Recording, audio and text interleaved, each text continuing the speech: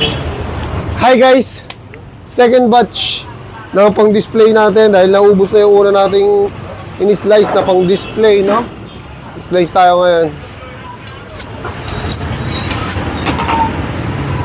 Ito, gohe, kung tawagin na karamihan. Diba? Ganyan i-slice lang. Ito, kaya ganito kakapal yung in-slice na ginagawa ko rito. Pang sinigang, pang adobo, lahat ng klase ng luto, pwede yan. Kung gusto naman nilang gawin pang pork steak, pwede pa nating nipisan yan. Wag niyo munang i-slice ng sobrang nipis. Kailangan may option. Palagi may option. Kadalasan sa kasim, ginagawa nila pang adobo, pang sigang, panlaga. Yan ang kasim natin. Ito yung batok ng kasim.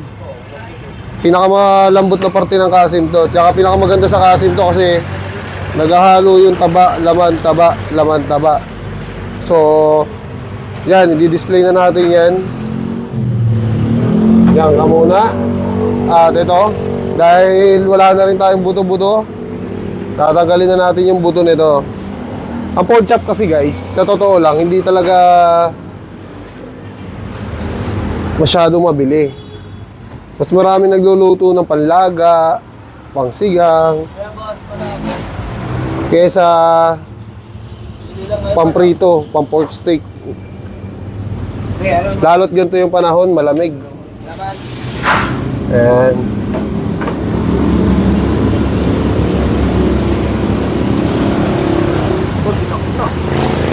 Ayan. So, pag gusto pa rin naman nila mag pork chop, pwede pa rin naman. Wala nga lang buto, pork loin, no? Ayan. Tapos ito, ang discarding gagawin natin dito, buto-buto.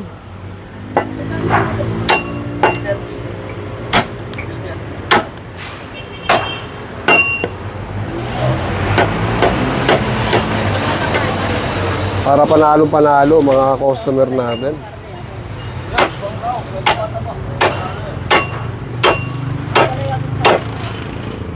Ayan. Ayan, ang pan-display natin na buto-buto. Diba? Panalo-panalo yan, guys.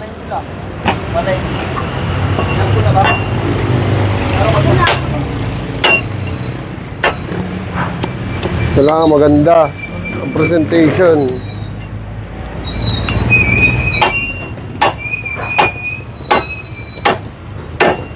Ayan, no?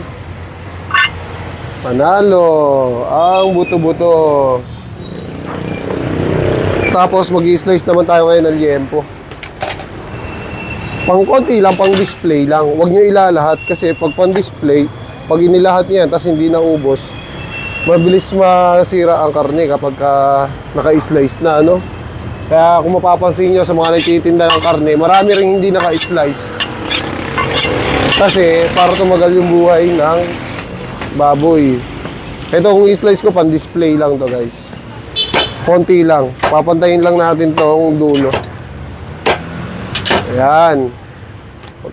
Pagpantay na yan, pwede na tayo mag-slice ng pang-ihaw, pang-adobo, pang-sigang, kung anong gusto natin. Ako, ginagawa kong diskarte, guys. Half inch lang para pang all-around na luto, no? Kaya tayo nagtitira ng buong liempo, ng belly, para pag may nagpa-slice na pang-ihaw na sobrang nipis na gusto nila, yun, ginagawa naman natin.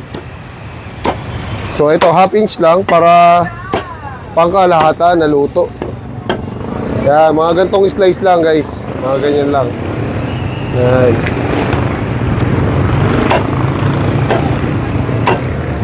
Alright. Kaya ganyan lang.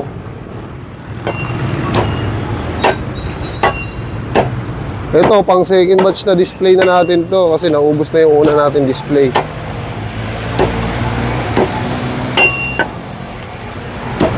Uy, napanapis. Ayan.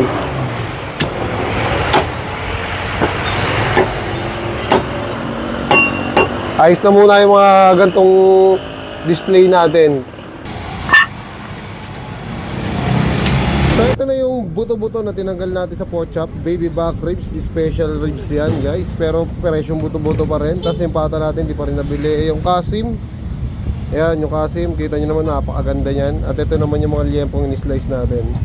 So yan lang, pagka second batch nating display yan, ayan na lang yung baboy natin. So ganyan lang yung discarding ginagawa natin, ano. Control lang din sa display para hindi tayo agad masiraan. And peace out.